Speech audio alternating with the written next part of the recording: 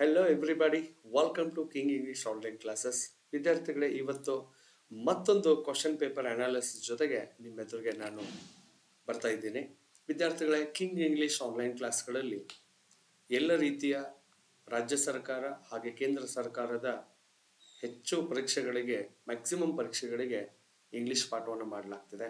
ವಿದ್ಯಾರ್ಥಿಗಳೇ, ಈಗಾಗಲೇ SLC MTS CGL notification ಆಗಿದೆ. ಬನ್ನಿ, ಯಾರು 10th ಸ್ಟ್ಯಾಂಡರ್ಡ್ ಪಾಸ್ ಆಗಿದ್ದೀರಾ, ನೀವು MTS ಆಕಾಂಕ್ಷಿಗಳಾಗಿದ್ದರೆ ನಿಮಗೋಸ್ಕರ ಒಂದು 25 ಪ್ರಶ್ನೆಯ ಒಂದು ಇಂಗ್ಲಿಷ್ ಮಾಡೆಲ್ ಕ್ವಶನ್ ಪೇಪರನ್ನು ನಾನು ಇವಾಗ ವಿಶ್ಲೇಷಣೆ ಮಾಡ್ತಾ ಇದ್ದೀನಿ. ವಿದ್ಯಾರ್ಥಿಗಳೇ, ಈ ಪರೀಕ್ಷೆ ನಡೆದಿರುವಂಥದ್ದು 5th ಅಕ್ಟೋಬರ್ 2020ರಲ್ಲಿ ನೋಟಿಫೈ ಆಗಿರೋದು. ಬಟ್ ಪರೀಕ್ಷೆ ನಡೆದಿದ್ದು 2021ರಲ್ಲಿ. ಬನ್ನಿ, ಪ್ರಶ್ನೆಗಳೆಲ್ಲ ಹೇಗಿರುತ್ತೆ ಅಂತ ನೋಡೋಣ. ವಿದ್ಯಾರ್ಥಿಗಳೇ, ನಿಮಗೊಂದು ಕಿವಿ ಮಾತು. ಈ ಪರೀಕ್ಷೆಯನ್ನು ಅಟೆಂಡ್ ಮಾಡೋಕ್ಕಿಂತ ಮುಂಚೆ ಫಸ್ಟು ಇಲ್ಲಿ ಇಂಗ್ಲಿಷ್ ಪ್ರಶ್ನೆಗಳನ್ನು ಯಾವ ಒಂದು ಮಟ್ಟದಲ್ಲಿ ಕೇಳಲಾಗ್ತದೆ, ಆ ಒಂದು ಸಿಲೆಬಸ್ನ ನೀವು ಮನನ ಮಾಡ್ಕೊಳ್ಳುವಂಥದ್ದು ತುಂಬಾ ಮಹತ್ವದ್ದಾಗಿದೆ. SSC ಆಗಿದೆ ಅಂತ ಸುಮಾರು ನಮ್ಮ ಕರ್ನಾಟಕದಲ್ಲಿ SSCಯ ಕುರಿತು ಸುಮಾರು ಅವೇರ್ನೆಸ್ ತುಂಬ ಕಡಿಮೆ ಅಂತ ನನ್ನ ಹಿತದೃಷ್ಟಿ, ಅಂದರೆ ನನ್ನ ಒಂದು ನನಗೆ ಅನಿಸಿರುವಂಥದ್ದು. ವಿದ್ಯಾರ್ಥಿಗಳೇ, ಈ ಪರೀಕ್ಷೆಗಳಲ್ಲಿ ನಿಮಗೆ 10th ಸ್ಟ್ಯಾಂಡರ್ಡ್ ಪಾಸ್ ಆಗಿದ್ದರೂ ಕೂಡ ಕೇಳುವಂಥ ಪ್ರಶ್ನೆಗಳು ಬೇಸಿಕ್ ಇಂಗ್ಲೀಷ್ ಆಗಿರಲ್ಲ, ಸ್ವಲ್ಪ ಇಂಟರ್ಮೀಡಿಯೇಟ್ ಟು ಅಡ್ವಾನ್ಸ್ ಇಂಗ್ಲೀಷೇ ಆಗಿರುತ್ತೆ. ಹೀಗಾಗಿ ತರಬೇತಿಯ ಅವಶ್ಯಕತೆ ತುಂಬ ಇರುತ್ತೆ. ಓವರ್ ಕಾನ್ಫಿಡೆನ್ಸ್ ಬೇಡ. ಬನ್ನಿ, ಪ್ರಶ್ನೆಗಳು ಹೇಗಿದೆ, ಇದರಲ್ಲಿ ಎಷ್ಟು ಭಾಗಗಳಾಗಿ ಕೇಳ್ತಾರೆ, ಲೈಕ್ ಗ್ರಾಮರ್ ಹೇಗಿರುತ್ತೆ, ವೆಕ್ಯಾಬ್ಲರಿ ಹೇಗಿರುತ್ತೆ, ಅದೆಲ್ಲ ಒಂದು ನೋಡ್ತಾ ಹೋಗೋಣ. ಇನ್ನು ಯಾರಿಗೆಲ್ಲ ಇಂಗ್ಲೀಷ್ನ ಕೊರತೆ ಇದೆ, ನಿಮಗೆ ಆನ್ಲೈನ್ ಕ್ಲಾಸಲ್ಲಿ ಬರೀ ಆನ್ಲೈನ್ ಕ್ಲಾಸ್ ಮಾಡಿ ಅದರಲ್ಲಿ ನೀವು ಇಂಗ್ಲೀಷ್ನ MTS ಆಯಿತು, CGL CHS ಅಲ್ಲಿ ಪಾಸ್ ಮಾಡ್ಬೋದಾ? ಖಂಡಿತ ವಿದ್ಯಾರ್ಥಿಗಳೇ, ದಶಕಗಳಿಂದ ನಾನು ಇಂಗ್ಲೀಷ್ ಪಾಠವನ್ನು ಮಾಡ್ತಾ ಇದ್ದೀನಿ. ಬನ್ನಿ, ಇದು ನಿಮಗೆ ವರದಾನ ಆಗಲಿ ಅಂತ 5/10/2020 ಪ್ರಶ್ನೆ ಪತ್ರಿಕೆಯ ವಿಶ್ಲೇಷಣೆಯನ್ನು ನೋಡೋಣ. ವಿದ್ಯಾರ್ಥಿಗಳೇ, ಇದು MTS ಅಂದರೆ ಮಲ್ಟಿ ಟಾಸ್ಕಿಂಗ್ ಅಂತ ಹೇಳ್ತಾರೆ. Multi tasking non technical staff examination ಅಂತ. ಇದನ್ನು SSC MTS SSC ಅಡಿಯಲ್ಲಿ ಬರುವಂಥ MTS 10th ಸ್ಟ್ಯಾಂಡರ್ಡ್ ಪಾಸ್ ಆಗಿರಬೇಕು. ಸೊ ಅದರಲ್ಲಿ ಇಂಗ್ಲಿಷ್ ಪ್ರಶ್ನೆಗಳನ್ನು ಈ ರೀತಿ ಕೇಳ್ತಾ ಹೋಗ್ತಾರೆ. ಬನ್ನಿ, ಮೊದಲೇ ಪ್ರಶ್ನೆ ನೋಡೋಣ. Select the most appropriate ಆಂಟೋನಿಮ್ of the given word. ವಿದ್ಯಾರ್ಥಿಗಳು, ಇದು ವೆಕ್ಯಾಬ್ಲರಿ ಬೇಸ್ ಆಗಿದೆ. ಆಂಟೋನಿಮ್ ಅಂದ್ರೆ ಇದನ್ನು ನಾವು ಆಪೋಸಿಟ್ ವರ್ಡ್ ಅಂತಾನೆ ಹೇಳ್ತೀವಿ. ಇಲ್ಲಿ ಆಪೋಸಿಟ್ ವರ್ಡ್ ಝೀಲಸ್ ಅಂತ ಕೊಟ್ಟಿದ್ದಾರೆ. It's not jealous, it is zealous, ಅಂದ್ರೆ ಝೀಲ್ ಇರುವಂಥದ್ದು ಅಂತ. ಝೀಲ್ ಅಂದ್ರೆ ಸತ್ವ ಅಂತ ಹೇಳ್ತೀವಿ. ಝೀಲ್ ಇದರ ಆಪೋಸಿಟ್ ವರ್ಡ್ ಯಾವ್ದಾಗುತ್ತೆ ಅಂದ್ರೆ ಈಗರ್ ಆಗಲ್ಲ, ಇಂಡಿಫರೆಂಟು, ಆಂಕ್ಸಸ್ಸು ಆಗಲ್ಲ, ಎನಾಯ್ಡ್ ಆಗಲ್ಲ. ಇದರ ಆಪೋಸಿಟ್ ವರ್ಡು ಇಂಡಿಫರೆಂಟ್ ಆಗುತ್ತೆ. ಇದು ಆಪ್ಷನ್ 2 ಇದಕ್ಕೆ ಸರಿಯಾದ ಉತ್ತರ. ಇದೆಲ್ಲ ವೆಕ್ಯಾಬ್ ಪಾರ್ಟಲ್ಲಿ ಬರುವಂತ ಪ್ರಶ್ನೆ ಆಗಿದೆ. ಮುಂದಿನ ಪ್ರಶ್ನೆ ನೋಡೋಣ. Select the most appropriate option to fill in the blanks ಅಂತ ಒಂದು ವಾಕ್ಯ ಕೊಡಲಾಗಿದೆ. ವಿದ್ಯಾರ್ಥಿಗಳೇ, ಈ ವಾಕ್ಯದಲ್ಲಿ ಕೊಟ್ಟಿರುವಂತ ಬಿಟ್ಟ ಸ್ಥಳವನ್ನ ಭರ್ತಿ ಮಾಡಿ 4 ಆಪ್ಷನ್ಸ್ಗಳು ಕೊಟ್ಟಿದ್ದಾರೆ. ಮೇ ಕೊಟ್ಟಿದ್ದಾರೆ, ಕುಡ್, ಶುಡ್ ಮತ್ತೆ ಶಲ್. ಇಲ್ಲಿ ನೋಡಿ, ಗ್ರಾಮರ್ ಅಲ್ಲಿ ನೋಡಿ ಪ್ರಶ್ನೆ ಕೇಳುವಂತ ಹಂತ ಹೇಗಿದೆ ಅಂತ, ಯಾವ ಹೈಟ್ಸ್ ಅಲ್ಲಿ ಕೇಳ್ತಾರೆ ಅಂತ. ವಿದ್ಯಾರ್ಥಿಗಳು, ಇದನ್ನೆಲ್ಲ ಮೋಡಲ್ಸ್ ಅಂತ ಹೇಳ್ತೀವಿ. ಇದನ್ನ ಸ್ಪೆಷಲ್ ಆಕ್ಸಲರಿ ವರ್ಬ್ಸ್ ಅಥವಾ ಇದನ್ನ ಆಟಿಟ್ಯೂಡ್ ವರ್ಡ್ಸ್ ಕೂಡ ಹೇಳ್ತಾರೆ. ಇದರ ಜ್ಞಾನ ನಿಮಗೆ ಇರಬೇಕಾಗುತ್ತೆ. ಟೆನ್ಸ್ನ ಅಡ್ವಾನ್ಸ್ಡ್ ವರ್ಷನ್ ಅಂದ್ರೆ ನಾವು ಮೋಡಲ್ ಅಂತ ಹೇಳ್ತೀವಿ. ಅದರಲ್ಲಿ 4 ಪದಗಳನ್ನು ಕೊಟ್ಟಿದ್ದಾರೆ: ಮೇ, ಕುಡ್, ಶುಡ್ ಮತ್ತೆ ಶಲ್. ಓದ್ತಾ ಹೋಗೋಣ. We could be grateful if you dash let us know what medicine we should take for this ailment ಅಂತ ಇದೆ. ರೈಟ್, ಇಲ್ಲಿ ಬಿಟ್ಟ ಸ್ಥಳವನ್ನು ಭರ್ತಿ ಮಾಡೋದಕ್ಕೆ ವಿದ್ಯಾರ್ಥಿಗಳೇ ನಿಮಗಿರುವಂತ ಆಪ್ಷನ್ನು ಮೇ, ಕುಡ್, ಶುಡ್, ಶಲ್. ನನ್ನ ಜ್ಞಾನದ ಪ್ರಕಾರ ಇದು ಕುಡ್ ಬಂದು ಸರಿಯಾದ ಉತ್ತರ ಆಗುತ್ತೆ. ಕುಡ್ ಅನ್ನ ಪಾಸ್ಟ್ ಅಲ್ಲಿ ಬಳಸಲಾಗುತ್ತೆ. ಸೊ ಯು ಕುಡ್ ಲೆಟ್ ಅಂತ. ಬಟ್ ಇಲ್ಲಿ ಬಂದು ರಿಕ್ವೆಸ್ಟ್ ರೂಪದಲ್ಲಿ ಕೇಳಲಾಗಿದೆ. ಅದೇ ಸ್ವಲ್ಪ ಇದನ್ನ ಆಳವಾಗಿ ಓದಬೇಕಾಗತ್ತೆ. ಒಂದೊಂದು ಮಾಡೆಲ್ ಅನ್ನ 4 ರೀತಿ ವಿಧದಲ್ಲಿ ಬಳಸಲಾಗ್ತದೆ. ಅದರಲ್ಲಿ ಒಂದು ವಿಧ ಇಲ್ಲಿ ಕುಡ್ ಅನ್ನ ರಿಕ್ವೆಸ್ಟ್ ರೂಪದಲ್ಲಿ ಅಥವಾ ಇದರ ಇನ್ಫಾರ್ಮೇಶನ್ ಕೊಟ್ಟಿದ್ರೆ ಚೆನ್ನಾಗಿರೋದು ಅನ್ನುವಂತ ಒಂದು ರಿಕ್ವಿಸಿಷನ್ ರೂಪದಲ್ಲಿ ಇದೆ. ಹಾಗಾಗಿ ಕುಡ್ ಸರಿಯಾಗುತ್ತೆ. ಮೇ, ಶುಡ್, ಶಲ್ ಇಲ್ಲಿ ಮ್ಯಾಚ್ ಆಗಲ್ಲ ಕಂಟೆಕ್ಸ್ಟುವಲ್ಲಿ. ಸೊ ಆಪ್ಷನ್ 2 ಸರಿಯಾದ ಉತ್ತರ. ಕ್ವಶನ್ ನಂಬರ್ 3 ನೋಡೋಣ. ಗ್ರಾಮೆಟಿಕಲ್ ಎರರ್ ಏನಾದ್ರೂ ಇದೆಯಾ ಇದರಲ್ಲಿ, ಅದನ್ನ ಕಂಡುಹಿಡಿಯಿರಿ ಅಂತ ಕೇಳ್ತಾ ಇದ್ದಾರೆ. ಪ್ರಶ್ನೆ ಬಂದು, if there had not been such a long queue I could have return back by 11 AM ಅಂತಿದೆ. ಓದುವಾಗ್ಲೇನೆ ಗೊತ್ತಾಗ್ತಿದೆ. If there had not been such a long queue, ಅಲ್ಲಿ ಇಷ್ಟೊಂದು ಉದ್ದನೇ ಒಂದು ಸಾಲು ಸರದಿ ಇಲ್ಲದೆ ಹೋಗಿದ್ರೆ I could have returned back by 11 AM ನೋಡಿದಾಗ ಏನು ಇಲ್ಲ ಅನ್ಸುತ್ತೆ, ಬಟ್ ಇಲ್ಲಿ ಗಮನಿಸಿ ರಿಟರ್ನ್ ಅಂದ್ರು ಒಂದೇ, ಕಮಿಂಗ್ ಬ್ಯಾಕ್ ಅಂದ್ರು ಒಂದೇ. ಸೊ ಈ ಬ್ಯಾಕ್ ಅನ್ನೋ ಪದ ಎಕ್ಸ್ಟ್ರಾ ಆಗಿದೆ, ಇಲ್ಲಿ ರಾಂಗ್ ಆಗಿದೆ. ಹಾಗಾದ್ರೆ ಈ ಆಪ್ಷನ್ ಎಲ್ಲಿ ಕೊಟ್ಟಿದ್ದಾರೆ? Like I could have return back by 11 AM ಅಂತ ಇಲ್ಲಿ ಕೊಟ್ಟಿದ್ದಾರೆ ನೋಡಿ, ಇದರಲ್ಲಿ ಮಿಸ್ಟೇಕ್ ಇದೆ. ಏನಾಗಬೇಕಿದು? I could have returned by ಆಗಬೇಕು. ಬ್ಯಾಕ್ ಅನ್ನುವಂಥ ಪದ ಎಕ್ಸ್ಟ್ರಾ ಬಳಸಲಾಗಿದೆ, ಸೊ ಹೀಗಾಗಿ ಇದು ರಾಂಗ್ ಆಗಿದೆ. ಇದೇ ಗ್ರಾಮೆಟಿಕಲ್ ಎರರ್ ನಿಮ್ಮ ಉತ್ತರ. ಪ್ರಶ್ನೆ 4 ಹೋಗ್ತಾ ಇದ್ದೇನೆ. Select the most appropriate option to fill in the blank ಅಂತ ಕೊಟ್ಟಿದ್ದಾರೆ ವಿದ್ಯಾರ್ಥಿಗಳ. ವೆಲ್, ಯಾವ ಪದನ ಫಿಲ್ ಮಾಡಬೇಕು? ಪ್ರಶ್ನೆ ನೋಡೋಣ. This is the ground which is dash to be the highest cricket ground in the world ಅಂತ ಇದೆ ಅಲ್ವಾ? ಇದೇ ಆ ಗ್ರೌಂಡು, ಅದನ್ನ ಡ್ಯಾಶ್ ಮಾಡಲಾಗುತ್ತೆ. ಏನಂತ? ವಿಶ್ವದಲ್ಲೇ, ಜಗತ್ತಿನಲ್ಲೇ ಅತ್ಯಂತ ಹೈಯೆಸ್ಟ್ ಕ್ರಿಕೆಟ್ ಗ್ರೌಂಡ್ ಅಂತ ಅದನ್ನ ಡ್ಯಾಶ್ ಮಾಡಲಾಗುತ್ತೆ. ಹಾಗಾದ್ರೆ ಅದನ್ನ ಇದೇ ಆ ಗ್ರೌಂಡು, ಇದೇ ಆ ಮೈದಾನ, ಇದನ್ನ ಜಗತ್ತಿನ ಅತ್ಯಂತ ಹೈಯೆಸ್ಟ್ ಮೈದಾನವೆಂದು ಏನ್ ಮಾಡಲಾಗುತ್ತೆ? ಕ್ಲಿಯರ್ ಮಾಡಲಾಗತ್ತಾ? ಆಗಲ್ಲ. ಕನ್ಸೀಲ್ ಮಾಡಲಾಗತ್ತಾ? ಆಗಲ್ಲ. ಕವರ್ಡ್ ಮಾಡಲಾಗತ್ತಾ? ಆಗಲ್ಲ. ಕನ್ಸಿಡರ್ಡ್ ಅಂದ್ರೆ ಇದನ್ನ ಕನ್ಸಿಡರ್ ಮಾಡಲಾಗುತ್ತೆ ಅಂತ ಕೊಟ್ಟಿದ್ದಾರೆ. ಸೊ ಇದು ಸರಿಯಾದ ಉತ್ತರ. ಪ್ರಶ್ನೆ 5, ಸಬ್ಸ್ಟಿಟ್ಯೂಟ್ ದ ಅಂಡರ್ಲೈನ್ ಸೆಗ್ಮೆಂಟ್ ಅಂತ ಕೊಟ್ಟಿದ್ದಾರೆ ವಿದ್ಯಾರ್ಥಿಗಳ. ಈ ತರ ಪ್ರಶ್ನೆಗಳಲ್ಲಿ ಒಂದು ವಾಕ್ಯ ಕೊಡಲಾಗುತ್ತೆ, ಅದರಲ್ಲಿ ಒಂದು ಫ್ರೇಸ್ ಅನ್ನ ಅಂದ್ರೆ ಕೆಲವು ಪದಗಳನ್ನ ಹೀಗೆ ಅಂಡರ್ಲೈನ್ ಮಾಡಲಾಗಿರುತ್ತೆ, ರೈಟ್? ಸೊ ಇದರಲ್ಲಿ ಯಾವ್ದನ್ನ ಚೇಂಜಸ್ ಮಾಡ್ತೀರಾ? ನಿಮ್ಗೆ ಆಪ್ಷನ್ ಕೊಟ್ಟಿದ್ದಾರೆ. For example, yes, the languages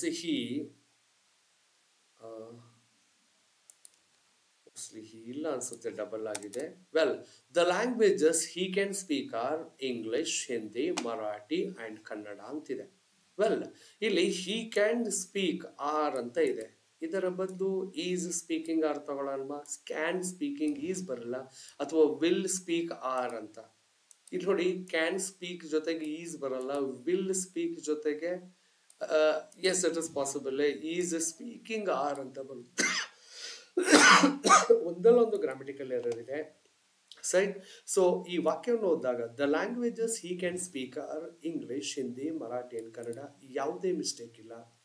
ಹಾಗಾದ್ರೆ ಮಿಸ್ಟೇಕ್ ಇಲ್ಲದೆ ಇದ್ದಾಗ ಇನ್ನೊಂದು ಆಪ್ಷನ್ ಕೊಟ್ಟಿದ್ದಾರೆ, ಏನಂತ? No substitution required. ಇವೆಲ್ಲ ಅದೇ ಆನ್ಸರ್ ಅನ್ನ ನಾನು ಆಯ್ಕೆ ಮಾಡ್ತಾ ಇದ್ದೀನಿ. ಆಪ್ಷನ್ 1 ಸರಿಯಾದ ಉತ್ತರ. ಪ್ರಶ್ನೆ 6 ಹೋಗೋಣ. ಒನ್ ವರ್ಡ್ ಸಬ್ಸ್ಟಿಟ್ಯೂಷನ್ ಕೊಟ್ಟಿದ್ದಾರೆ, ಮತ್ತೆ ವೊಕ್ಯಾಬ್ಯುಲರಿ ಬಂದಿದೆ ವಿದ್ಯಾರ್ಥಿಗಳೇ. ಈ ವಾಕ್ಯವನ್ನು ಓದ್ ನೋಡಿ, ಇದರ ಅರ್ಥ ಏನು ಅಂತ ಕಂಡುಹಿಡಿಯಬೇಕು. ಅ ಪರ್ಸನ್ ಹೂ ಕಂಪ್ಲೈಸ್ ಡಿಕ್ಷನರೀಸ್ ಅಂತ. ಯಾವ ವ್ಯಕ್ತಿ ಈ ಶಬ್ದ ನಿಘಂಟನ್ನು ರಚಿಸ್ತಾರೆ, ಡಿಕ್ಷನರಿ ರಚಿಸ್ತಾರೆ, ಅವರನ್ನ ಏನಂತ ಕರೆಯೋಣ ಅಂತ ಕೇಳಿದ್ದಾರೆ. ಕ್ಯಾಟೋಗ್ರಾಫರ್ ಕೊಟ್ಟಿದ್ದಾರೆ, ಆಗಲ್ಲ. ಕ್ಯಾಲಿಗ್ರಾಫರ್ ನಿಮ್ಗೆ ಗೊತ್ತಿದೆ, ಆಗಲ್ಲ. ಕ್ರಿಪ್ಟೋಗ್ರಾಫರ್ ಕೊಟ್ಟಿದ್ದಾರೆ, ಇದು ಆಗಲ್ಲ. ಸರಿಯಾದ ಉತ್ತರ ಲೆಕ್ಸಿಕೋಗ್ರಾಫರ್ ಅಂತ. ಬನ್ನಿ ವಿದ್ಯಾರ್ಥಿಗಳೇ, ಇದರಲ್ಲೇ ನನ್ನ ಕಮೆಂಟ್ ಸೆಕ್ಷನ್ ನಲ್ಲಿ ಯೂಟ್ಯೂಬ್ ಅಲ್ಲಿ ನನ್ನ ಕಿಂಗ್ ಇಂಗ್ಲಿಷ್ ಬಸವರಾಜ್ ವನ್ಕಿ ಸರ್ ಅಂತ ಒಂದು ಚಾನಲ್ ಇದೆ. ಆ ಚಾನಲ್ನ ನೀವು ಓಪನ್ ಮಾಡಿ, ಅದರಲ್ಲಿ ಕಮೆಂಟ್ ಸೆಕ್ಷನ್ ಅಲ್ಲಿ ಇದನ್ನ ಅಪ್ಲೋಡ್ ಮಾಡಿದಾಗ ವಿದ್ಯಾರ್ಥಿಗಳ ನನ್ನ ಪ್ರಶ್ನೆ ಏನು ಗೊತ್ತಾ? ಇಂಗ್ಲಿಷ್ನ ಪ್ರಪ್ರಥಮ ಲೆಕ್ಸಿಕೋಗ್ರಾಫರ್ ಅಂದ್ರೆ ನಿಘಂಟನ್ನ ಬರೆದಿರುವಂತ ವ್ಯಕ್ತಿ ಯಾರು? ಕಮೆಂಟ್ ಸೆಕ್ಷನ್ ನನಗೆ ತಿಳಿಸಿ, ರೈಟ್? ಸದ್ಯಕ್ಕೆ ಅ ಪರ್ಸನ್ ಹೂ ಕಂಪ್ಲೈಸ್ ಡಿಕ್ಷನರಿ ಸರಿಯಾದ ಉತ್ತರ, ಅವರನ್ನ ಲೆಕ್ಸಿಕೋಗ್ರಾಫರ್ ಅಂತ ಹೇಳ್ತಾರೆ. ಆಪ್ಷನ್ 2 ಸರಿಯಾದ ಉತ್ತರ. ಪ್ರಶ್ನೆ 7, select the most appropriate option to fill in the blanks. ಒಂದು ವಾಕ್ಯ ಕೊಟ್ಟಿದ್ದಾರೆ, ಅಲ್ಲಿ ಬಿಟ್ಟ ಸ್ಥಳ ಇದೆ, ಇದನ್ನ ಸರಿಯಾದ ಉತ್ತರದಿಂದ ಫಿಲ್ ಅಪ್ ಮಾಡಿ ಅಂತ 4 ಆಪ್ಷನ್ಸ್ ಗಳನ್ನ ನಿಮಗೆ ಈ ಕೆಳಗೆ ಕೊಡಲಾಗಿದೆ. ಬನ್ನಿ ನೋಡೋಣ. ಅರ್ಪಣಾ shed she was sorry she had a dash to bring the book I had asked for ಅಂತ ಇದೆ. ಅರ್ಪಣಾ ಸಾರಿ ಹೇಳ್ತಾಳೆ, ಏನಕ್ಕಂದ್ರೆ ನಾನು ಹೇಳಿರೋ ಪುಸ್ತಕವನ್ನ ಅವಳು ಡ್ಯಾಶ್ ಮಾಡಕ್ ಆಗ್ಲಿಲ್ಲ ಅಂತ. ವಿದ್ಯಾರ್ಥಿಗಳ ಕ್ಲೂ ನೋಡಿ, ಹ್ಯಾಡ್ ಕೊಟ್ಟಿದ್ದಾರೆ ಅಲ್ವಾ? ಹ್ಯಾಡ್ಗೆ ಯಾವ ಟೆನ್ಸ್ ಅಪ್ಪ ಇದು? ಪಾಸ್ಟ್ ಪರ್ಫೆಕ್ಟ್ ಅಲ್ವ? ಅದ್ರ ಜೊತೆಗೆ V3 ಬರ್ಬೇಕಲ್ವಾ? ಹ್ಯಾಡ್ ಆದ್ಮೇಲೆ ಕ್ರಿಯಾಪದ ಬರ್ಬೇಕು. ಫಾರ್ಗೆಟ್ಸ್ ಬಂದು V1 ಇದೆ, ಫಾರ್ಗಾಟನ್ V3, ಇದು ಸರಿ ಅನಿಸ್ತಾ ಇದೆ. ಫಾರ್ಗೆಟ್ ಬಂದು ಕೂಡ V1 ಇದೆ, ಫಾರ್ಗಾಟ್ V2 ಇದೆ, V3 ಬಂದು ಫಾರ್ಗಾಟನ್ ಆಗುತ್ತೆ. ಇದೇ ಅದಕ್ಕೆ ಸರಿಯಾದ ಉತ್ತರ. ಮುಂದಿನ ಪ್ರಶ್ನೆ ನೋಡೋಣ. ಗ್ರಾಮೆಟಿಕಲ್ ಎರರ್ ಏನಾದ್ರೂ ಇದೆಯಾ ಈ ವಾಕ್ಯದಲ್ಲಿ? ಕಂಡಿಡ್ಕೊಳ್ಳಿ ಅಂತ ಹೇಳಿದ್ದಾರೆ. ಕ್ವಶನ್ ಓದೋಣ. Will you listen me when I tell you details? ಓದಾಗ್ಲಾಗುತ್ತೆ, ಲಿಸನ್ ಮೀ ಆಗಲ್ಲ, ಲಿಸನ್ ಟು ಆಗ್ಬೇಕು. ಇಲ್ಲೇ ಗ್ರಾಮೆಟಿಕಲ್ ಎರರ್ ಇದೆ. ಹಾಗಾದ್ರೆ ಇದನ್ನ ಎಲ್ಲಿ ಕೊಟ್ಟಿದ್ದಾರೆ? ಲಿಸನ್ ಮೀ ಇಲ್ಲಿ ಕೊಟ್ಟಿದ್ದಾರೆ. ಇದು ಲಿಸನ್ ಟು ಮೀ ಆಗ್ಬೇಕು. ಸೊ ಇದೇ ಗ್ರಾಮಟಿಕಲ್ ಎರರು, ಇದು ನಿಮ್ಮ ಉತ್ತರ. ನೆಕ್ಸ್ಟ್ ಒಂದು ಇಡಿಯಂ ಕೊಡ್ಲಾಗಿದೆ. ಆ ಇಡಿಯಂ ನ ಅರ್ಥ ಏನು ಅಂತ ಬನ್ನಿ ಇಡಿಯಂ ಓದ್ ನೋಡೋಣ. Keep someone in the loop ಅಂತ ಒಂದು ಇಡಿಯಂ ಕೊಟ್ಟಿದ್ದಾರೆ. ಇದರ ಅರ್ಥ ಏನು? ಇದರ ಅರ್ಥ option 3, give them all the information is the right answer. ಮತ್ತೆ ಇದು ಕೂಡ ವೆಕ್ಯಾಬ್ಲರಿ ಬೇಸ್ಡ್ ಇದೆ. ಪ್ರಶ್ನೆ 10, ಗ್ರಾಮೆಟಿಕಲ್ ಎರರ್ ಇದೆಯಾ, ವ್ಯಾಕರಣ ದೋಷವಾಗಿದೆಯಾ ಅಂತ ನೋಡಿ ಅಂತ. ವಾಕ್ಯ ಓದೋಣ. I ordered an online gift for my friend at her birthday. ವಿದ್ಯಾರ್ಥಿಗಳ ಆಟ್ ಹರ್ ಬರ್ಡೇ ಆಗಲ್ಲ, ಇದು ಟೈಮ್ ಅಲ್ಲ, ಆನ್ ಹರ್ ಬರ್ಡೇ ಆಗ್ಬೇಕಲ್ವಾ. ಸೊ ಆಟ್ ಹರ್ ಬರ್ಡೇ ಇಲ್ಲಿ ರಾಂಗ್ ಆಗಿದೆ. ಓದೋದಾಗ್ಲೇ ಕ್ಲಿಯರ್ ಆಗಿ ಗೊತ್ತಾಗ್ತದೆ. It is on her birthday ಆಗ್ಬೇಕು. ಇದೇ ಗ್ರಾಮೆಟಿಕಲ್ ಎರರ್, ಇದೇ ನಿಮ್ಮ ಉತ್ತರ ಕೂಡ. ಪ್ರಶ್ನೆ 11, ಮತ್ತೊಂದು ಇಡಿಯಮ್ಸ್ ಕೊಟ್ಟಿದ್ದಾರೆ. ಆಫ್ ದ ಓಲ್ಡ್ ಸ್ಕೂಲ್ ಅಂತ ಕೊಟ್ಟಿದ್ದಾರೆ. ಇದರ ಅರ್ಥ ಏನು? 4 ಆಪ್ಷನ್ ಇದೆ. ಇದರ ಅರ್ಥ ಆಪ್ಷನ್ 3, ಓಲ್ಡ್ ಫ್ಯಾಷನ್ಡ್ ಇನ್ ಥಾಟ್. ವಿಚಾರಗಳಲ್ಲಿ ಒಂದು ಹಳೆಯ ವ್ಯಕ್ತಿಗಳ ಹಾಗೆ, ಅಂದ್ರೆ ನಮ್ಮ ಅಜ್ಜ ತಾತಂದರ ಹಾಗೆ ಯೋಚನೆ ಮಾಡುವಂತ ವಿಚಾರಧಾರೆ ಇರೋರನ್ನ ಆಫ್ ದ ಓಲ್ಡ್ ಸ್ಕೂಲ್ ಅಂತ ಹೇಳ್ತಾರೆ. ಸ್ಕೂಲ್ ಅಂತ ಕೊಟ್ಟಿದ್ದಕ್ಕೆ ಯಾವುದೇ ಸ್ಕೂಲ್ಗೆ ಸಂಬಂಧಪಟ್ಟಿದ್ದು ಅಂತಲ್ಲ, ನಿಮ್ಮ ವಿಚಾರಗಳು ಓವೆರ್ ಆ್ಯಂಡ್ ಕಾಲದ್ದು ಅಂತ ಹೇಳುವಂಥದ್ದು. ಪ್ರಶ್ನೆ 12, ಆಂಟೋನಿಮ್. ವಿದ್ಯಾರ್ಥಿಗಳ ಆಂಟೋನಿಮ್ ಅಂದ್ರೆ ವಿರುದ್ಧಾರ್ಥಕ ಪದ. ಕೊಟ್ಟಿರೋ ಪದ ಏನಿದೆ? ಸ್ಲೀಕ್ ಅಂತ ಇದೆ, ರೈಟ್. ಸ್ಲೀಕ್ ಇದರ ವಿರುದ್ಧಾರ್ಥಕ ಪದ ಡಲ್ ಆಗುತ್ತೆ. So hope you understand it. ಪ್ರಶ್ನೆ 13, ಮಿಸ್ಪೆಲ್ಟ್ ವರ್ಡ್ ಏನಾದ್ರೂ ಇದೆಯಾ ಇದರಲ್ಲಿ, ಅದನ್ನು ಕಂಡುಹಿಡ್ಕೊಳ್ಳಿ ಅಂತ. ಟೆರಿಟರಿ ಪ್ರಾಂತ್ಯ ಕರೆಕ್ಟ್ ಆಗಿದೆ, ಫ್ಯಾಸಿನೇಷನ್ ಕರೆಕ್ಟ್ ಆಗಿದೆ, ಇಂಟರಾಗೇಷನ್ ಕರೆಕ್ಟ್ ಆಗಿದೆ, ಎಂಬ್ರಾಯ್ಡ್ರಿ ಸ್ಪೆಲ್ಲಿಂಗ್ ರಾಂಗ್ ಆಗಿದೆ, ಚೆಕ್ ಮಾಡಿ ನೋಡಿ. ಇದೇ ಮಿಸ್ಪೆಲ್ಟ್ ವರ್ಡ್, ಇದು ನಿಮ್ಮ ಉತ್ತರ. ಪ್ರಶ್ನೆ 14, ಮತ್ತೊಂದು ಮಿಸ್ಪೆಲ್ಟ್ ವರ್ಡ್ ಕುರಿತಾದ ಪ್ರಶ್ನೆ. ಕ್ಲೋತ್ಸ್ ಸ್ಪೆಲ್ಲಿಂಗ್ ಕರೆಕ್ಟ್ ಆಗಿದೆ, ಟ್ರೌಸರ್ಸ್ ಕರೆಕ್ಟ್ ಆಗಿದೆ, ಐರನಿಂಗ್ ಕರೆಕ್ಟ್ ಆಗಿದೆ, ಗಾರ್ಮೆಂಟ್ ಸ್ಪೆಲ್ಲಿಂಗ್ ರಾಂಗ್ ಆಗಿದೆ ನೋಡಿ. GAR ಕೊಟ್ಟಿದ್ದಾರೆ, GA ಬರಬೇಕು. ಹೋಪ್ ಯು ಅಂಡರ್ಸ್ಟ್ಯಾಂಡ್, ಇದು misspelt word. Next underline the substitute word ಅಂತ ಕೇಳಿದ್ದಾರೆ. ರಾಂಗ್ ಇರ್ಲಿಲ್ಲ ಅಂದ್ರೆ ನೋ ಸಬ್ಸ್ಟಿಟ್ಯೂಷನ್ ರಿಕ್ವೈರ್ಡ್ ಅಂತ. ಪ್ರಶ್ನೆ ಓದೋಣ. The club are organising a 2-day yoga and meditation camp for beginners. The club ಇದೆ, ಅದು 2 ದಿನಗೋಸ್ಕರ ಮೆಡಿಟೇಷನ್ ಅಂದ್ರೆ ಧ್ಯಾನ ಮತ್ತೆ ಯೋಗದ ಕ್ಯಾಂಪ್ ಅನ್ನ ಬಿಗಿನರ್ಸ್ ಅಂದ್ರೆ ಯಾರು ಹೊಸದಾಗಿ ಸೇರ್ಕೊಳ್ತಾ ಇದ್ದಾರೆ ಅವ್ರಿಗೆ ಆರ್ಗನೈಸ್ ಮಾಡ್ತಾ ಇದೆ ಅಂತ ಪ್ರೆಸೆಂಟ್ ಕಂಟಿನ್ಯೂಸ್ ಅಲ್ಲಿ ಕೊಟ್ಟಿದ್ದಾರೆ. ಗಮನಿಸಿ ನೋಡಿ ವಿದ್ಯಾರ್ಥಿಗಳೇ, ದ ಕ್ಲಬ್ ಅನ್ನುವಂಥದ್ದು ಕಲೆಕ್ಟಿವ್ ನೌನ್ ಆಗುತ್ತೆ, ಇದು singular. So the club are ಆಗಲ್ಲ. ದ ಕ್ಲಬ್ಸ್ ಕೊಟ್ಟಿದ್ರೆ ಆರ್ ಬರೀಬಹುದು. ಖಂಡಿತ ಇದು ರಾಂಗ್ ಆಗಿದೆ, ಚೇಂಜ್ ಆಗ್ಲೇಬೇಕು. ಏನಾಗ್ಬೇಕು? Option 1 is organising, 3 can be organising or will organise. ಸರಿಯಾದ ಉತ್ತರ the club is organising. Present continuous ಅಲ್ಲಿ ಬರೆದಾಗ ಉತ್ತರ ಬರುತ್ತೆ. ಎಸ್, ಇದರ ಸಬ್ಸ್ಟಿಟ್ಯೂಟ್ ಬಂದು ಆಪ್ಷನ್ 1 ಈಸ್ ಆರ್ಗನೈಸಿಂಗ್. ಯಾರೆಲ್ಲ ಟೆನ್ಸ್ ಕಲ್ತಿದ್ದೀರಲ್ಲ ನಿಮ್ಗೆ ಈಸಿಯಾಗಿ ಗೊತ್ತಾಗುತ್ತೆ. ನೀವು ಕೂಡ ಈ ತರ MTS, SSADL ಬರುವಂತ MTS, CHSL, CGL ಇಂಗ್ಲಿಷ್ ಪರೀಕ್ಷೆನ ಪಾಸ್ ಆಗ್ಬೇಕು ಅಂದ್ರೆ ಖಂಡಿತ ನನ್ನ ಕ್ಲಾಸ್ ಅನ್ನ ಅಟೆಂಡ್ ಮಾಡಿ. ನಾನು ಇಂಗ್ಲಿಷ್ ಮತ್ತೆ ಕನ್ನಡದಲ್ಲಿ ಪಾಠ ಮಾಡ್ತೀನಿ ಕರ್ನಾಟಕದ ಜನತೆಗೆ. ಔಟ್ ಆಫ್ ಸ್ಟೇಟ್ ಇದ್ದಾಗ ನಾನು ಹಿಂದಿ ಇತರೆ ಭಾಷೆಗಳಲ್ಲೂ ಕೂಡ ಪಾಠ ಮಾಡ್ತಿರ್ತೀನಿ. ಸದ್ಯಕ್ಕೆ ಕರ್ನಾಟಕದ SSC ಆಸ್ಪಿರೆಂಟ್ಸ್ಗಳೇ, ಆಕಾಂಕ್ಷಿಗಳೇ, ಎಲ್ಲಾ ಪೇಪರ್ನ ಬರೀತೀರಾ, ಇಂಗ್ಲಿಷು ಟಫ್ ಆಗುತ್ತೆ ಅಂತ ಸುಮಾರು ವಿದ್ಯಾರ್ಥಿಗಳು ಹೇಳ್ತಾರೆ. ನಿಮಗೋಸ್ಕರ ಆನ್ಲೈನ್ ಕ್ಲಾಸ್ ಇರುತ್ತೆ, ಅದ್ರ ಬಗ್ಗೆ ಡೀಟೇಲ್ಸ್ ಕೊನೆಯಲ್ಲಿ, ವಿಡಿಯೋದ ಕೊನೆಯಲ್ಲಿ ನಿಮ್ ಜೊತೆಗೆ ಹಂಚ್ಕೊಳ್ತೀನಿ. ಪ್ರಶ್ನೆ 16, to fill in the blanks with the proper options ಅಂತ ಕೊಡ್ತಾರೆ. ಕ್ವಶನ್ ನೋಡೋಣ. ಸೆವರಲ್ ಪೀಪಲ್ಸ್ ಅಂದ್ರೆ ಜನರ, ಜನತೆಯ, whom were badly dash, sorry it is during ಆಗ್ಬೇಕು, that is DURI during the floods ಅಂತ. ಈ ನೆರೆ ಹಾಳ್ವೆ ಬರುತ್ತಲ್ವಾ, ಅದರಲ್ಲಿ ಸುಮಾರು ಜನತೆಯ ಮನೆಗಳೆಲ್ಲ ತುಂಬಾ ಕೆಟ್ಟದಾಗಿ ಡ್ಯಾಶ್ ಆಗಿ ಹೋದ್ವು ಅಂತ. ಡ್ರೋನ್ಡ್ ಆಗುತ್ತಾ, ಡ್ಯಾಮೇಜ್ಡ್ ಆಗುತ್ತಾ, ಡ್ರೈನ್ಡ್ ಆಗುತ್ತಾ, ಡೆಲ್ಯೂಗ್ಡ್ ಆಗುತ್ತಾ. ಡೆಲ್ಯೂಗ್ ಅಂದ್ರೂ ಕೂಡ ಫ್ಲಡ್ ಏನೇ ಇದಾಗಕ್ ಸಾಧ್ಯನೇ ಇಲ್ಲ.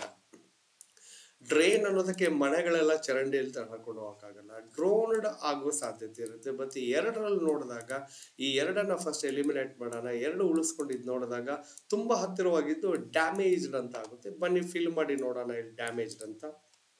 Several people's home were badly damaged during the flood. ಇದು ಸರಿಯಾದ ಉತ್ತರ. Next substitute the underline segment. Same ಅದೇ ತರದ ಪ್ರಶ್ನೆ. ಒನ್ಸ್ ಬೀರ್ಬಲ್ ವಾಸ್ ಫಾರ್ಬಿಡನ್ ಅಂದ್ರೆ ಅವನಿಗೆ ಆದೇಶ ಮಾಡಲಾಗಿತ್ತು ನೀನ್ ಕಾಣಿಸ್ಕೋಬಾರ್ದು ಅಂತ, ಅವರನ್ನ ಬಹಿಷ್ಕರಿಸೋದು ಅನ್ನೋದಕ್ಕೆ ಫಾರ್ಬಿಡ್ ಅಂತಾರೆ. Once Birbal was forbidden passive voice ಇದೆ ನೋಡಿ, ಬೀರ್ಬಲ್ನ ಬಹಿಷ್ಕಾರ ಮಾಡಲಾಗಿತ್ತು for attending the king's free lunch. ರಾಜ ಒಂದು ಭೋಜನ ಕೂಟವನ್ನ ಅರೇಂಜ್ ಮಾಡಿದ್ದಾರೆ, ಅದರಲ್ಲಿ ಬೀರ್ಬಲ್ನನ್ನ ಬರದೇ ಇರುವಂತೆ ಅವನಿಗೆ ಏನ್ ಮಾಡಲಾಗಿತ್ತು, ಬಹಿಷ್ಕಾರ ಅಥವಾ ತಾಕೀತು ಮಾಡಲಾಗಿತ್ತು, ವಾರ್ ಮಾಡಲಾಗಿತ್ತು ಅಂತ ಓದ್ ನೋಡಿ. ಫಾರ್ ಅಟೆಂಡಿಂಗ್ ಆಗಲ್ಲ, ಇದು ಫ್ರಮ್ ಅಟೆಂಡಿಂಗ್ ಅಂದ್ರೆ ಆ ಭೋಜನ ಕೂಟವನ್ನ ಅಟೆಂಡ್ ಮಾಡುವುದರಿಂದ ಅವನನ್ನ ಅಟೆಂಡ್ ಮಾಡೋದಕ್ಕೆ ಅವನ ಫಾರ್ಬಿಡ್ ಮಾಡಲಾಗಿತ್ತು. ಸೊ ಫಾರ್ ಅಟೆಂಡಿಂಗ್ ರಾಂಗ್ ಆಗುತ್ತೆ, ಫ್ರಮ್ ಅಟೆಂಡಿಂಗ್ ಆಗುತ್ತೆ. ಇದೆಲ್ಲ ಆಪ್ಷನ್ಸ್ಗಳು ಸರಿ ಆಗಿರಲ್ಲ. ನೆಕ್ಸ್ಟ್ ಒನ್ ವರ್ಡ್ ಸಬ್ಸ್ಟಿಟ್ಯೂಷನ್ ಕೇಳಿದರೆ, cinema show in the afternoon. ಈ ಮಧ್ಯಾಹ್ನ ಫಿಲಮ್ ನೋಡೋಕ್ಕೆಲ್ಲ ಹೋಗ್ತೀವಲ್ವಾ, ಚಲನಚಿತ್ರ ನೋಡೋದಕ್ಕೆ ಏನ್ ಹೇಳ್ತಾರೆ, ಸ್ಕ್ರೀನಿಂಗ್ ಹೇಳಕ್ಕಾಗತ್ತಾ, ಆಗಲ್ಲ. ಮೂವಿ ಆಗೋದಿಲ್ಲ, ಇವೆರಡು ಎಲಿಮಿನೇಟ್ ಮಾಡ್ಬಿಡೋಣ. ಫಿಲ್ಮು ಆಗಲ್ಲ, ಅದನ್ನ ಮ್ಯಾಟ್ನಿ ಶೋ ಅಂತ ಹೇಳ್ತಾರೆ. ಇದು ಸರಿಯಾದ ಉತ್ತರ. ಪ್ರಶ್ನೆ 19, ಸೈನೋನಿಮ್ ಫಾರ್ ದ ಗಿವನ್ ವರ್ಡ್ ಅಂತ ಕೇಳಿದ್ದಾರೆ. ಸೈನೋನಿಮ್ ಅಂದ್ರೆ ಸಮಾನಾರ್ಥ. ವಿದ್ಯಾರ್ಥಿಗಳೇ LX ಲ್ಯಾಕ್ಸ್ ಅಂತ ಕೊಟ್ಟಿದ್ದಾರೆ. ಲ್ಯಾಕ್ಸ್ ಅಂದ್ರೆ ಏನ್ ಗೊತ್ತಾ, ಅಲಕ್ಷ್ಯ ಮಾಡುವಂಥದ್ದು, ಕೇರ್ಲೆಸ್ ಆಗಿರುವಂಥದ್ದು. ಇದಕ್ಕೆ ಸರಿಯಾದ ಉತ್ತರ ಇಲ್ಲಿದೆ ನೋಡಿ, ನೆಗ್ಲಿಜೆಂಟ್ ಅಂತ. ಇದನ್ನ ಓವರ್ ಲುಕ್ ಅಂತ ಫ್ರೇಸಲ್ ವರ್ಬ್ ಅಲ್ಲಿ ಹೇಳ್ತಾರೆ. ಹಿ ಓವರ್ ಲುಕ್ಸ್ ಎವ್ರಿಥಿಂಗ್ ಅಂತ ಅಂದ್ರೆ ಹಿ ಇಸ್ ಲ್ಯಾಕ್ಸ್ ಅಡ್ಜೆಕ್ಟಿವ್ ಆಗುತ್ತೆ, ನೆಗ್ಲಿಜೆಂಟು ಅಡ್ಜೆಕ್ಟಿವ್, ಹಿ ಓವರ್ ಲುಕ್ಸ್ ಅಂದ್ರೂ ಕೂಡ ಅದೇ ಆಗುತ್ತೆ. ಸದ್ಯಕ್ಕೆ ಲ್ಯಾಕ್ಸ್ ದ ಸಮಾನಾರ್ಥಕ ಪದ, negligent is the right answer. ಪ್ರಶ್ನೆ 20, ಮತ್ತೊಂದು ಸೈನೋನಿಮ್ನ ಕೇಳಲಾಗಿದೆ. ಸೊ ಇಲ್ಲಿ ಟೆನ್ಸಿಲ್ ಅಂತ ಕೊಟ್ಟಿದ್ದಾರೆ, ಇದು ಸಮಾನಾರ್ಥಕ ಪದ ಯಾವುದು, ಸ್ಟ್ರೆಚಬಲ್ ಆಗುತ್ತೆ ವಿದ್ಯಾರ್ಥಿಗಳೇ. ಇದೇ ಸರಿಯಾದ ಉತ್ತರ. ಆಂಕ್ಸಸ್ ಆಗಲ್ಲ, ಚಿಂತಾಕ್ರಾಂತ. ವರಿಡು ಕೂಡ ಚಿಂತಾಕ್ರಾಂತ. ರಿಲ್ಯಾಕ್ಸ್ ಅಂದ್ರೆ ನೆಮ್ಮದಿ ಇದ್ದಿರೋದು. ಟೆನ್ಸಲ್ ಅಂತ ಕೊಟ್ಟಿದ್ದಾರೆ, stretchable is the right answer. ಕೊನೆ 5 ಪ್ರಶ್ನೆಗಳು. ಕಂಪ್ರಹೆನ್ಸಿವ್ ಪ್ಯಾಸೇಜ್ ಕೊಟ್ಟಿದ್ದಾರೆ ವಿದ್ಯಾರ್ಥಿಗಳೇ ಕಂಪ್ರಹೆನ್ಸಿವ್ ಪ್ಯಾಸೇಜ್ ಒಂದು ಟ್ರಿಕ್ ಇರುತ್ತೆ. ಸದ್ಯ ಈ ಪ್ರಶ್ನೆ ಪತ್ರಿಕೆಯಲ್ಲಿ ಕ್ಲೋಸ್ ಟೆಸ್ಟ್ ಕೊಟ್ಟಿಲ್ಲ, ವಿಶೇಷವಾಗಿ CGL CHS ಅಲ್ಲಿ ಕ್ಲೋಸ್ ಟೆಸ್ಟ್ ಕೇಳ್ತಾರೆ, ತುಂಬಾ ಚಾಲೆಂಜಿಂಗ್ ಆಗಿರುತ್ತೆ. ಪ್ಯಾರಾ ಜಂಬಲ್ಡ್ ಕೇಳಿಲ್ಲ, ಸೆಂಟೆನ್ಸ್ ಜಂಬಲ್ಡ್ ಕೇಳಿಲ್ಲ. ಈ ಪ್ರಶ್ನೆ ಪತ್ರಿಕೆ ಈಸಿ ಆಗಿದೆ. ಯಾರೆಲ್ಲ SLC ಪಾಸ್ ಮಾಡಿ ನೀವು MTS ಎಕ್ಸಾಮ್ನ multi tasking non technical post ಅನ್ನು ಯಾರು ಆಯ್ಕೆ ಮಾಡಿದಿರಲ್ವಾ, ಪ್ರಶ್ನೆಗಳು ಯಾವ ರೀತಿ ಇರುತ್ತೆ ಈ ವಿಡಿಯೋನ ವಾಚ್ ಮಾಡಿ. ಹಾಗೆ ಯಾರಿಗೆಲ್ಲ ಇದು ಅನುಕೂಲ, ಯಾರಿಗೆಲ್ಲ ಇದು ಬೇಕಿದೆ, ನೀಡಿ ಪೀಪಲ್ ಕೂಡ ಫಾರ್ವರ್ಡ್ ಮಾಡಿ.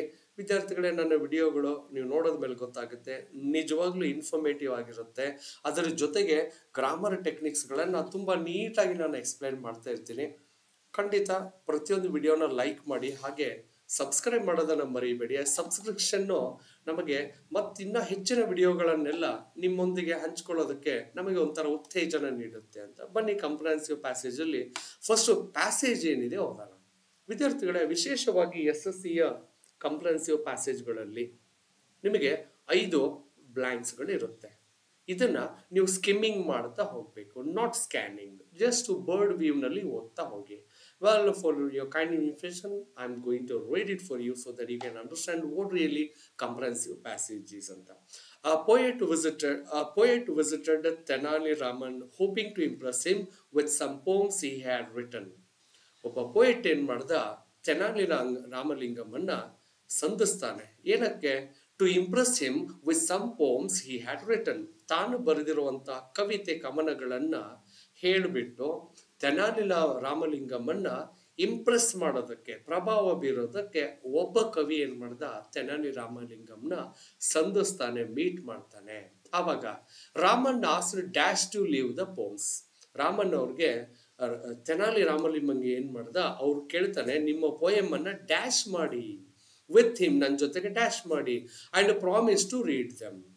ಆಮೇಲೆ ಅವ್ರಿಗೆ ಪ್ರಾಮಿಸ್ ಮಾಡ್ದ, ಅವನನ್ನ ಓದ್ತೀನಿ ಅಂತ. ರೀಡ್ ದೆಮ್ ಡ್ಯಾಶ್ ಅಂತ ಕೊಟ್ಟಿದ್ದಾರೆ. The man however insisted on dash out the poems to him.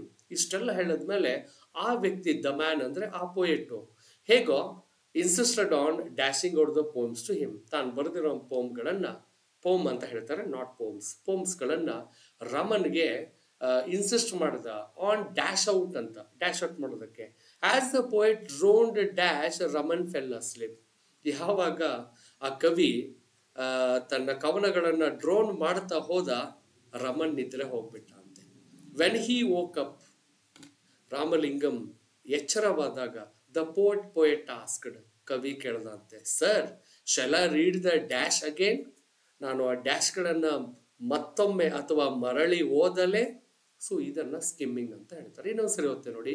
A poet visited Tenali Raman hoping to impress him with some poems he had written. Raman asked Dash to leave the poems with him and promised to read them Dash. The man, however, insisted on Dash out the poems to him. As the poet droned Dash, Raman fell asleep. When he woke up, the poet asked, Sir, shall I read the Dash again? ಓದ್ದಾಗ ಗೊತ್ತಾಗುತ್ತೆ. ವಿದ್ಯಾರ್ಥಿಗಳೇ, ಇದರ ಥೀಮ್ನ ಅರ್ಥ ಮಾಡ್ಕೋಬೇಕು. ಒಬ್ಬ ಕವಿ ಬಂದಿದ್ದಾನೆ ತನ್ನ ಕವನಗಳೊಂದಿಗೆ, ಅದನ್ನ ರಮನ್ ಹತ್ರ ಓದಿ ಇಂಪ್ರೆಸ್ ಮಾಡೋದಕ್ಕೆ ಅಂತ ಬಂದಿದ್ದಾನೆ. ಏನೇನೆಲ್ಲ ಆಯಿತು ಅಂತ ನೀವು ನೋಡಿದ್ದೀರಾ. ಹಾಗೆ ವಿದ್ಯಾರ್ಥಿಗಳೇ, ಈ ಪ್ರತಿಯೊಂದು ಡ್ಯಾಶ್ ಇದೆ ಅಲ್ವಾ ಇಲ್ಲಿ, option 1 and you do have 2 ಇದೆ ಇಲ್ಲಿ, ಅಂಡ್ ಬ್ಲಾಂಕ್ ಅಲ್ಲಿ 3 ಇದೆ, and the same we have 4 and finally we have 5 ಇದೆ. ಈ ಬಿಟ್ಟ ಪ್ರತಿಯೊಂದು ಬ್ಲಾಂಕ್ ಅನ್ನ ಫಿಲ್ಅಪ್ ಮಾಡೋದಕ್ಕೆ ವಿದ್ಯಾರ್ಥಿಗಳೇ ನಿಮ್ಮ ಬಳಿ 4 ಆಪ್ಷನ್ಸ್ಗಳು ಇರುತ್ತೆ. You have 4 option to fill every one. ಹಾಗೆ ಓದುವಾಗ ಇಲ್ಲಿ ಡ್ಯಾಶ್ ಆದ್ಮೇಲೆ ಇಲ್ಲೊಂದು ಆಪ್ಷನ್ 2ನ ನೋಡಿ, ಅಲ್ಲಿ ಡ್ಯಾಶ್ ಆದ್ಮೇಲೆ ಫುಲ್ ಸ್ಟಾಪ್ ಇದೆ. ಈ ಫುಲ್ ಸ್ಟಾಪ್ ಹೇಳ್ತಾ ಇದೆ, ಲುಕ್ ಅಟ್ ಇಟ್, ಈ ಫುಲ್ ಸ್ಟಾಪ್ ಈ ವಾಕ್ಯಲ್ಲಿ ಕಂಪ್ಲೀಟ್ ಆಗಿದೆ. ಅದನ್ನೆಲ್ಲ ಪಂಕ್ಚುಯೇಷನ್ಸ್ ನ ಗಮನಿಸಬೇಕಾಗುತ್ತೆ. ಬನ್ನಿ ಮೊದಲೇ ಬ್ಲಾಂಕ್ ನ ನೋಡೋಣ ಏನಿದೆ. ಫಸ್ಟ್ ಲೈನ್ ಓದ್ತಾ ಹೋಗೋಣ. A poet visited Tenali Raman hoping to impress him with some poems he had written. Raman asked dash to leave the poems with him. Raman ಏನ್ ಮಾಡ್ದ, Raman asked dash to leave the poems with him and promise to read them dash ಅಂತ ಇದೆ. ರಮನ್ ಏನ್ ಮಾಡ್ದ, Raman asked them to leave the poems, Raman asked him to leave the poems, Raman asked her to leave the poems, Raman asked his to leave the poems. ವಿದ್ಯಾರ್ಥಿಗಳೇ ಇಲ್ಲಿ ನೋಡ್ಕೊಳ್ಳಿ, ಈ his ಮತ್ತೆ them ಅನ್ನ ಫಸ್ಟ್ ನಾವು ಎಲಿಮಿನೇಟ್ ಮಾಡೋಣ. ಏನಕ್ಕೆ ಗೊತ್ತಾ, ಅಲ್ಲಿ ಬಂದಿರುವಂತ ವ್ಯಕ್ತಿ ಒಬ್ಬ, ಅವನು ದೆಮ್ ಆಗಲ್ಲ, ಹಿಸ್ ಅವನಾಗಲ್ಲ. ರಮನ್ ಅವನನ್ನ ಕೇಳ್ದ ಏನಂತ, ನೀನು ಬರೆದಿರೋ ಪೋಮ್ಸ್ ಗಳನ್ನ ಇಲ್ಲಿ ಬಿಟ್ಟು ಹೋಗಪ್ಪ. ಹಾಗಾದ್ರೆ ಸರಿಯಾದ ಉತ್ತರ ಹಿಮ್ ಆಗ್ತದೆ. ಇದು ನೋಡಿ ಪ್ರನೌನ್ ರಿಲೇಟೆಡ್ ಇದೆ, ಇಲ್ಲಿ ಪ್ರನೌನೇ ಫಿಟ್ ಆಗುತ್ತೆ. Option him is the right answer. ಮುಂದುವರೆದಂತೆ ಓದಿದ್ರಲ್ವ ಈಗ, ರಮನ್ ಆಸ್ಕ್ಡ್ ಹಿಮ್ ಬಂದಿದೆ, to leave the poems with him and promise to read them dash ಅಂತ ಇದೆ. ಇಲ್ಲ ಬಿಟ್ಟು ಹೋಗಪ್ಪ, ಆ ಪೋಮ್ಗಳನ್ನ ನಾನು ಡ್ಯಾಶ್ ಅಲ್ಲಿ ಓದ್ತೀನಿ ಅಂತ. ಟು ರೀಡ್ ದೆಮ್ ಯಾವಾಗ ಓದ್ತೀನಿ ಅಂತ ಹೇಳದ, ಲೇಟರ ಆರ್ ಲೇಟ್ಲಿನ ಅಥವಾ ಆಫ್ಟರ ಅಥವಾ ನೆಕ್ಸ್ಟ್. ಓದ್ ನೋಡಿ, ನೆಕ್ಸ್ಟ್ ಮತ್ತು ಆಫ್ಟರ್ ಸೂಟಬಲ್, ಅದಕ್ಕೆ ಸೂಟಬಲ್ ಆಗ್ತಿಲ್ಲ. ಒಂದು ಲೇಟ್ಲಿ ಬರಬೇಕು ಅಥವಾ ಲೇಟರ್. ಬಟ್ ರಮನ್ ಹೇಳ್ದ ನಾನು ಆಮೇಲೆ ಅದನ್ನು ಓದ್ಕೊಳ್ತೀನಿ ಅಂತ ಕೇಳಿದ್ದಾನೆ ಅಲ್ವಾ. ಸೊ ನಂತರ ಆಮೇಲೆ ಅನ್ನೋದಕ್ಕೆ ಏನ್ ಹೇಳ್ತೀರಾ, ಲೇಟ್ಲಿ ಆಗಲ್ಲ, ಲೇಟರ್ ಆಗತ್ತೆ. ಇದು ಸರಿಯಾದ ಉತ್ತರ. ಮುಂದುವರೆದಂತೆ option fill in the blanks, blank 3 ನೋಡೋಣ ಏನಾಗುತ್ತೆ ಅಂತ. ಇಲ್ಲಿ ನೋಡೋದಲ್ಲ, Raman asked him to leave the poems with him and promise to read them later. ಇಲ್ಲಿವರೆಗೆ ಆಗಿದೆ. ಮುಂದುವರೆದಂತೆ ನೋಡೋಣ. The man however listened on dash out the poems to him. ಏನಾಗುತ್ತೆ, ದ ಮ್ಯಾನ್ ಅಂದ್ರೆ ಆ poet, however insisted on dash out the poems to him. ಅವನಿಗೆ ಒತ್ತಾಯ ಮಾಡ್ಲಾಗಿತ್ತಲ್ವಾ, ಏನಂತ, ನೀನು ಓದಪ್ಪ ನಾನು ಕೇಳ್ತೀನಿ ಅಂತ ಅಲ್ವಾ. ಅವ್ನಿಗೆ ಒತ್ತಾಯ ಮಾಡ್ಲಾಯ್ತು, ಇನ್ಸಿಸ್ಟೆಡ್ ಆನ್. ಹಾಗಾದ್ರೆ ಏನು ಒತ್ತಾಯ ಮಾಡ್ಲಾಯ್ತು, reading out the poems to him, rehearsing out or recounting or reciting. ಇಲ್ಲಿ ಆಪ್ಷನ್ 3 ಮತ್ತೆ 2 ಆಗೋದೇನೆ ಇಲ್ಲ. ಆಪ್ಷನ್ 1 ಮತ್ತೆ 4 ಇಟ್ಕೊಳ್ಳೋಣ.